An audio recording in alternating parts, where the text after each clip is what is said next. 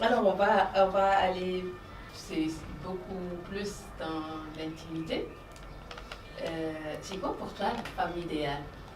Oui, la femme idéale, comme je dis, euh, j'ai toujours pensé, je fais partie des gens, je pense que je ne suis pas le seul, des gens qui pensent que je ne pense pas que la qualité d'une femme puisse se résumer à la beauté, tout simplement. Je pense que ça ne suffit pas comme qualité pour idéaliser une femme. Mais je pense aussi, pour moi, euh, peut-être parce que je suis quelqu'un qui aime être séduit, et je pense que la première qualité d'une femme, pour moi, je suis très séduit par la féminité chez une femme. Hein. La féminité, ça ne veut pas dire maintenant, comme on dit entre parenthèses, une bonne femme, ça n'empêche pas d'être entreprenante, ça n'empêche pas d'être dynamique, ça n'empêche pas, mais la féminité dans le bon sens. Je pense que ça, euh, c'est une qualité, en tout cas, essentielle et importante pour moi. Le mariage. Alors, ce que je peux dire pour le mariage, je pense que c'est très important pour tout le monde. Euh, j'ai l'habitude de dire je crois au couple. Voilà, je crois à l'amour aussi. Et que l'homme ou la femme n'est pas un animal fait pour vivre seul. Donc le mariage, quand ça équilibre, quand voilà, c'est une bonne chose. Hein. C'est ça que je pense du mariage parce que je pense que euh, ça permet de s'épauler mutuellement. Évidemment, ça permet dans une parfaite cohabitation hein, de pouvoir construire des choses ensemble, faire des choses ensemble. Hein. Pas seulement des enfants, mais vraiment construire, faire des choses ensemble. Vous avez des enfants et comment avez-vous vécu la paternité? Ah, j'ai vécu la paternité avec joie, de toute façon, et puis euh,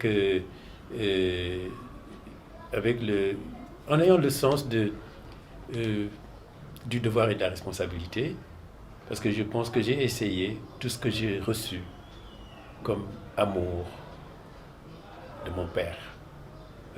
Parce que je dis que c'est un homme, je lui disais, qui m'a aimé jusqu'à la faiblesse, hein, qui m'a aimé plus que lui-même.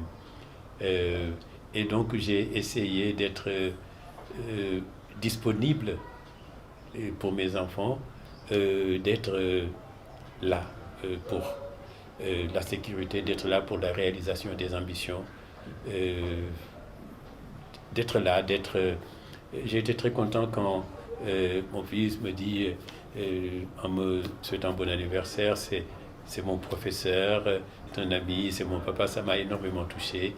Alors oui, je pense que il faut être un parent, voilà, jouer le rôle du père, du parent, c'est important.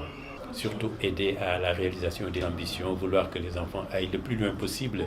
On dit qu'on veut que nos enfants nous dépassent. C'est le seul cas où on pourrait accepter d'être dépassé par quelqu'un quand c'est nos enfants qui le font. Mais surtout, les pousser au maximum dans leurs ambitions.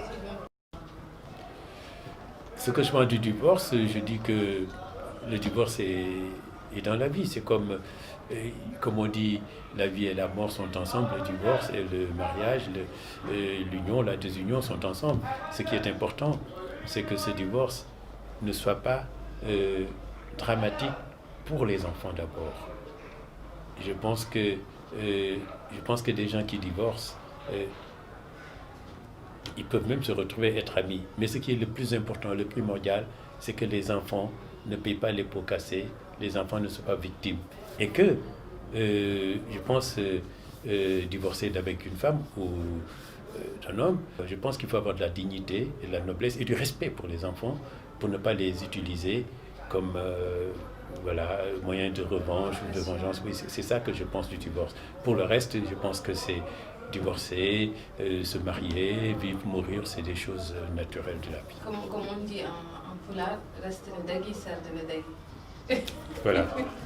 Alors, le célibat. Alors, je pense que, en ce qui concerne le célibat, on a tendance à mal voir le célibat en Afrique. Je pense que c'est des préjugés, parce que il faut toujours savoir pour quelle raison telle ou telle personne se trouve dans une situation de célibat. Est-ce que c'est par choix? Est-ce que c'est les circonstances qui ont amené cela? Il faut toujours savoir. Alors, mais quand même, il y a, mal vu, donc il y a cette pression de la société, surtout chez les femmes. Parce que l'homme, on estime que l'homme doit avoir les moyens de prendre une épouse, mais une femme, on la prend, on la donne, on va demander. Qu'il n'a pas trouvé la bonne ou qu'il voilà. a été déçu. Voilà. Mais alors, une femme, à partir d'un âge, les femmes subissent une pression terrible. Mais il y a combien de femmes qui se marient parce qu'elles veulent trouver simplement un mari? Je pense qu'en ce moment-là, il faut bien réfléchir entre ce genre de mariage et le célibat. C'est ça que je veux dire. Et la société, il y a une pression sociale terrible sur tout le monde, hein, les hommes comme les femmes. Dès qu'on voit quelqu'un, on se demande pourquoi il ne s'est pas marié. Je pense que dans toute chose, encore une fois, le mariage est une entreprise. Hein, enfin,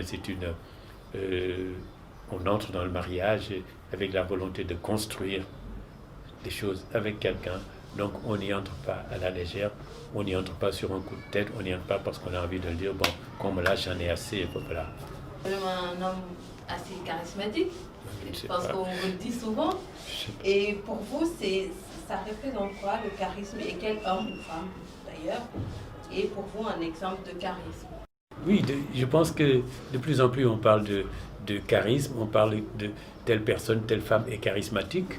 Mais je sais que ce que je pense, moi, quand on dit de quelqu'un, d'un homme, une femme, qu'il ou qu'elle est charismatique, je pense que il y a un éventail de qualités, mais on se focalise sur une seule qualité. Hein?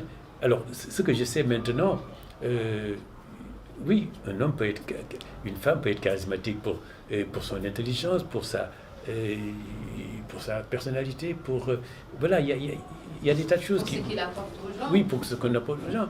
Nelson Mandela est charismatique, voilà, pour ce qu'il symbolise, n'est-ce pas? Donc, Obama, pour ce qu'il symbolise aussi, ça dépend. Et puis, il y a d'autres personnes dans des domaines beaucoup moins, voilà. Donc, le charisme, c'est cela. Alors, mais je pense que le charisme, tout simplement, est plus valorisant. C'est au-delà de la séduction.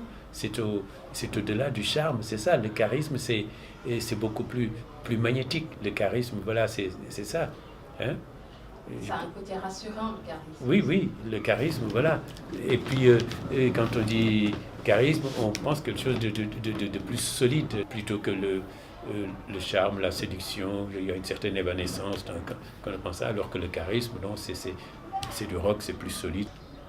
Quand on est chef d'une famille, c'est bien de faire en sorte que les gens, les cadets, les enfants de la famille, puissent être fiers de toi. J'ai dit toujours qu'on ne s'appartient pas. Alors, on ne s'appartient pas parce qu'on est là, il y a beaucoup de personnes qui se reconnaissent en toi.